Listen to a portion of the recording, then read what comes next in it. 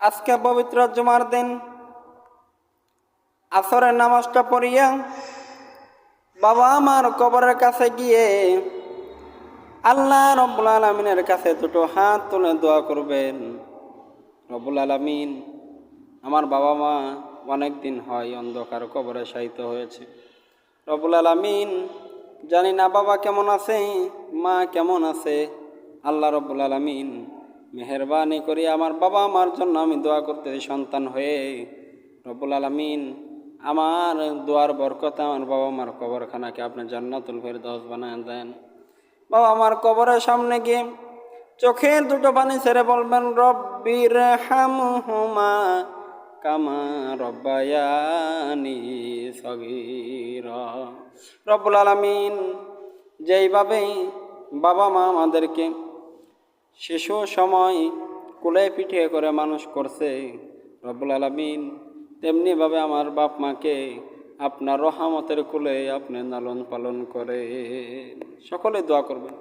আজকে জুমার দিন আসর নামাজটা পড়িয়া আপনি গুরুস্থানে চলে যাবেন, কবরস্থানের কাছে চলে যাবেন, সূরা ফাতিহা পড়বেন, সূরা ইখলাস পড়িয়া বাবা মার কবর জিয়ারত করে আসবেন দরুদ শরীফ সহকারে।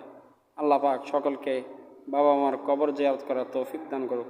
আমিন। আসসালামু আলাইকুম রহমতুল্লাহি ওয়া বারাকাতুহু। এই পৃথিবীর বুকে সব থেকে বেশি মুহাব্বত করতে হবে আল্লাহ রব্বুল আলামিন এবং তার রাসূলকে। আপনি যদি আল্লাহ পাক এবং তার রাসূলকে যদি আপনি বেশি মুহাব্বত করতে পারেন, দুনিয়ার কাউকে বেশি মুহাব্বত করা যাবে না। একমাত্র আল্লাহ এবং তার রাসূলকে বেশি মুহাব্বত করতে হবে। আপনার বাবা মার চেয়েও আল্লাহ এবং তার রাসূলকে মুহাব্বত করতে হবে এবং তাদের অনুসরণ করতে হবে। তাদের অনুসরণ যদি করতে পারেন, আল্লাহ পাক রব্বুল আলামিন কাল কিয়ামতের দিন আপনাকে এর ওসিলা করিয়া জান্নাত দান করতে পারেন। সব থেকে বেশি মুহাব্বত, সব থেকে বেশি ভালোবাসা আল্লাহ এবং তার রাসূল সাল্লাল্লাহু আলাইহি সাল্লামকে করতে হবে। আমরা যেন সকলেই আল্লাহ এবং রাসূল সাল্লাল্লাহু আলাইহি সাল্লামকে আমাদের জীবনের থেকেও বেশি মুহাব্বত করতে পারি। আল্লাহ পাক আমাদেরকে সকলকে তৌফিক দান করুক। আমিন।